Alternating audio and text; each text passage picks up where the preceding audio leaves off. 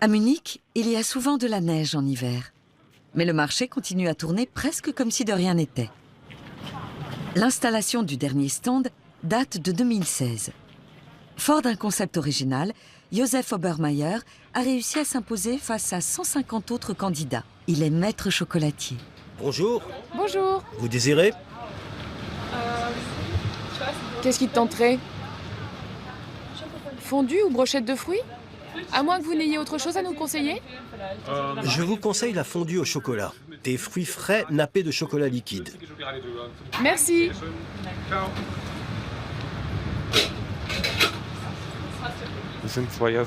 Nous tenons ce stand depuis 1 an seulement et nous sommes évidemment assez fiers d'avoir été sélectionnés. 1 an, ça ne représente quasiment rien à l'échelle du Viktualienmarkt. Josef produit et vend du chocolat artisanal, de la fondue et toute une palette de bouchées. Josef est originaire d'une localité située à l'est de Munich, près de la frontière autrichienne. C'est ici, à Garsam Inn, qu'il crée ses délicieux chocolats avec une matière première importée d'Afrique ou du Brésil.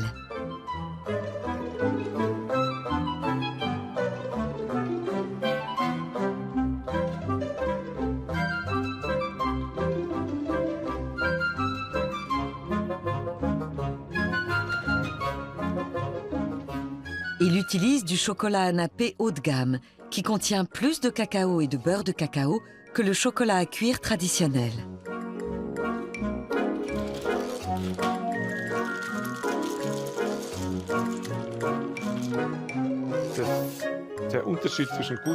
La différence entre le bon et le moins bon chocolat, c'est l'arôme. Tout est dans l'arôme. En altitude, par exemple, l'arôme se développe beaucoup mieux que dans les plantations de plaine, qui sont cependant plus faciles à cultiver.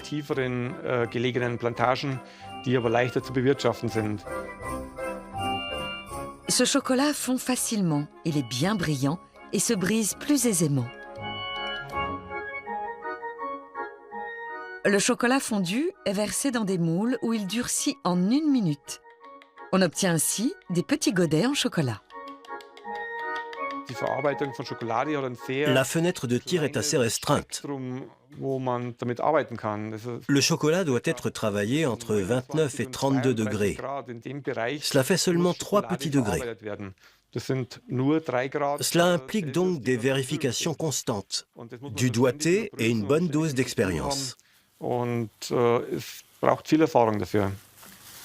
Josef réalise un fourrage à sa manière. D'abord, il dépose une cerise séchée dans chaque moule en chocolat. Ensuite, il met à chauffer des feuilles de thé dans du lait. Ce métier repose en grande partie sur l'analyse sensorielle. Autrement dit, il faut savoir analyser les différents goûts, estimer correctement la température. Le lait, mélangé à du chocolat à napper, est versé dans chacun des petits moules. Il ne reste plus qu'à recouvrir le tout avec un chocolat encore plus riche en lait. Après cette étape, les chocolats sont mis à refroidir.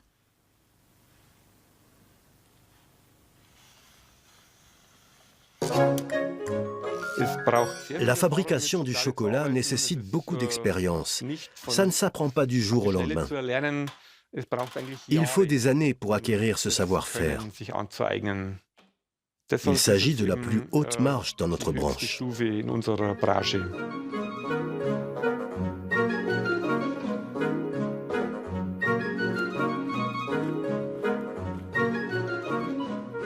Sur une année, Josef produit une 50aine de chocolats différents.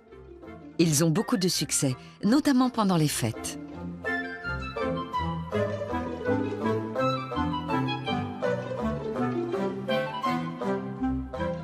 Une fabrication locale, un savoir-faire artisanal et une bonne dose d'inventivité, autant d'atouts qui ont permis à Josef de décrocher un stand sur le Viktualienmarkt.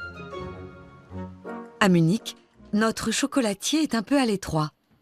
Il privilégie donc les recettes qui ne nécessitent pas trop d'opérations et d'équipements. En ce moment, il fabrique des chocolats au nougat et aux amandes. La recette du succès, c'est que les gens peuvent jeter un coup d'œil à la fabrication. Ils sentent les odeurs de chocolat, ils voient comment il est travaillé. C'est une stratégie marketing que seuls les petits artisans peuvent mettre en place.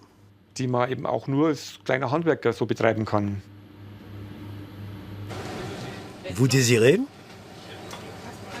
Je voudrais quelques chocolats à la pâte d'amande. Nous en avons à l'orange, aux noix, à l'amaretto et au kirsch. Oui, c'est écrit dessus. Je vais en prendre un de chaque.